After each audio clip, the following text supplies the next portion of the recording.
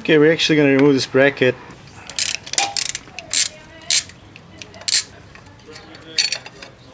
There we go.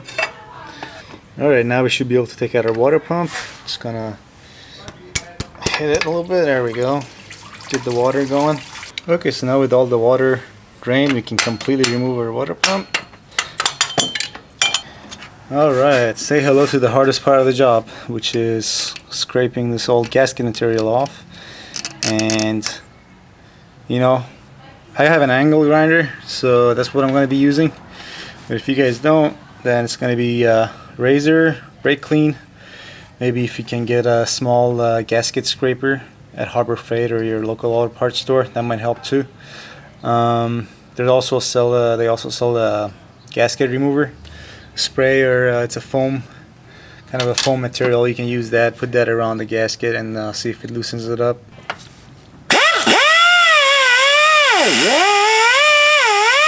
Okay, now with this area clean, it's time to put our water pump back on. And actually I ended up having to use some razors and brake clean and whatnot anyway, because it was hard. Some areas were hard to get the angle grinder in there, but you know, put away a good 45 minutes in order to completely be able to clean this.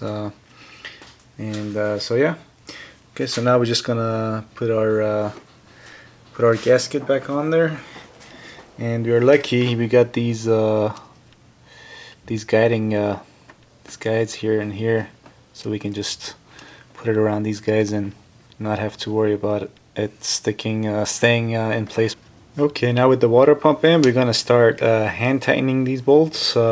Just remember this bracket goes on the water pump.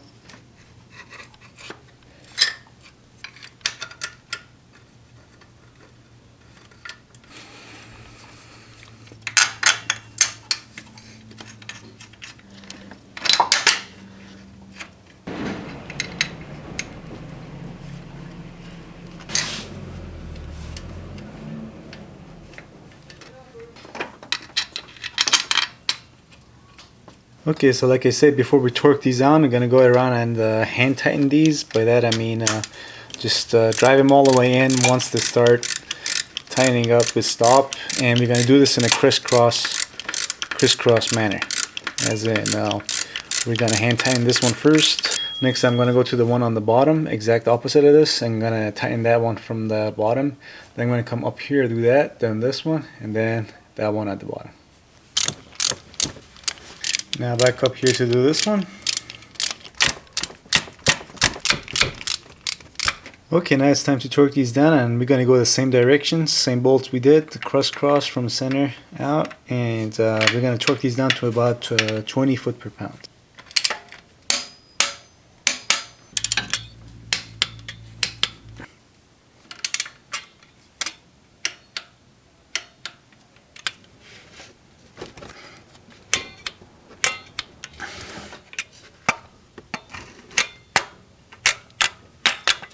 Okay, now it's also a perfect time to start cleaning around this crankshaft pulley.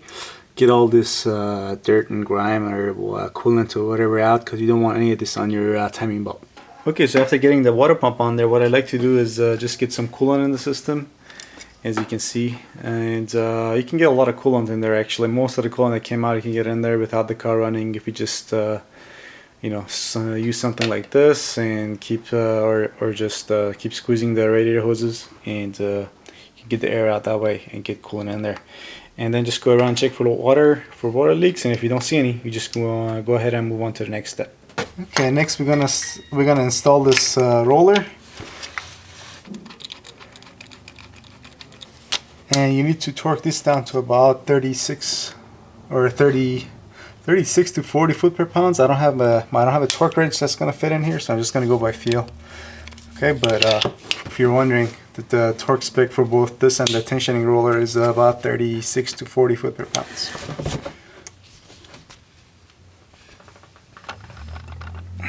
Okay, next we need to start putting our timing belt on.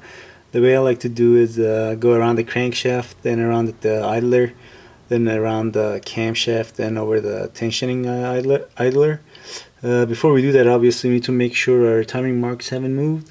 This one on the crankshaft hasn't moved, as you can see.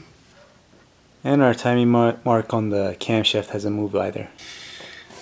Okay, so first thing we do is get around the crankshaft first, and in order for it to not to move while we go put this on the camshaft, I like to try to, if possible, you know, jam something in there so it doesn't move. It only needs to stay in place until you get it around the camshaft tight, then after that it's fine. And you guys are not going to be able to see, but obviously this side goes around the idler pulley. Okay, before we get the belt around the camshaft, I like to get my zip ties ready, so when I put it around the camshaft I can tie it down here, then tie it on down here, then I can move on and to putting my tensioning roller in without worrying about this moving. So we get this around the bottom, the crankshaft and the roller. We just pull on this, make sure it's nice and tight. Get it around here. What is that doing here? Then get this one in.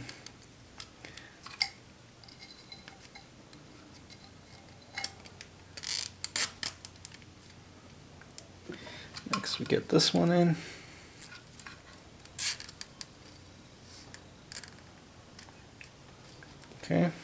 Okay, now with the zip ties in place, we should be able to install our tensioning roller. Okay, before we completely torque this bolt down, we need to press in our tensioning roller to apply tension to the belt, and we do that by using a 5mm Allen key or Allen bit, I guess, and by turning it counterclockwise we're pushing it in and putting tension on the belt. And after that, while we hold it in place, we tighten this bolt down again to 36 to 40 foot-per-pound. Next we cut our zip ties, making sure we don't damage the belt. Just cut from the inside if you have to. Okay, next it's time to verify our repair, and we do that by turning the crankshaft pulley 2 full rotations and then lining up the marks on the crankshaft and then checking the marks on the camshaft, or vice versa, whatever is easier. Okay, there's our mark on the crankshaft. The mark lines up, this hole lines up exactly with the notch that's on the camshaft bearing on top here. So we verified that that we've lined up our timing belt correctly. And one last check is to check the tension of the belt. You know, it's tighter than what the tension that we took off, but it's, you know, it's not too tight. You know, it's not like rock solid here. You know, there's some give here, which is pretty good, and it's not too loose either. Okay, to get in our lower timing belt cover is basically reversal of removal. You just have to bend it here a little bit to get it around the water pump. And that's it. It should go in. There we go. Okay, next it's time to put in our water pump pulley, and also the second pulley that's for the, what is that for? It's the power steering pump, I believe. Yeah. The thing is, on the old water pump pulley, or on the old water pump, there's a notch here that you would line up with the 2 notches in these two right here, like that, and then that would help with setting it where the holes, the holes for the bolts are, and then you could screw it in. On this one it doesn't have that notch, so, and the space is pretty limited down there. As you can see, there's like about only like 1.5 inches, 2 inches of space there. So what you do is just well, you kind of have to do some guesswork. Just put the, well, you're gonna have to put this one first,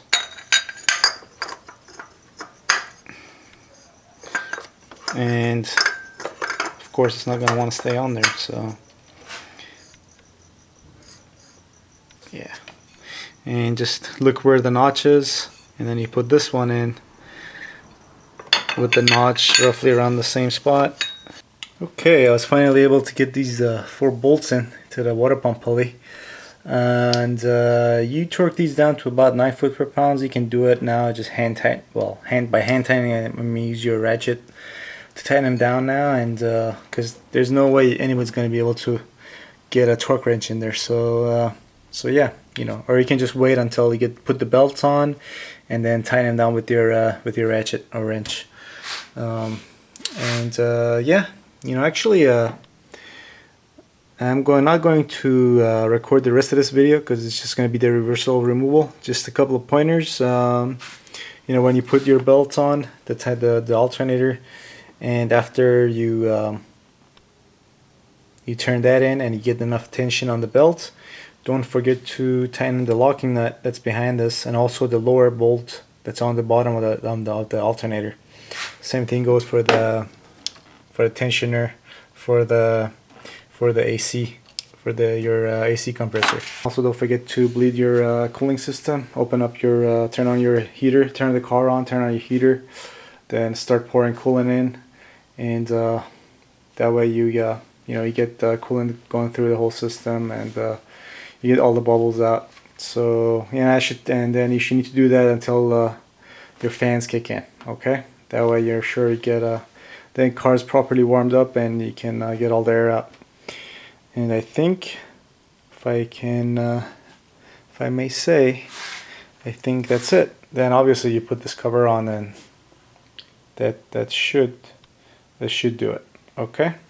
So yeah, hope this video helps people out there. If you have any comments or suggestions, please leave them below.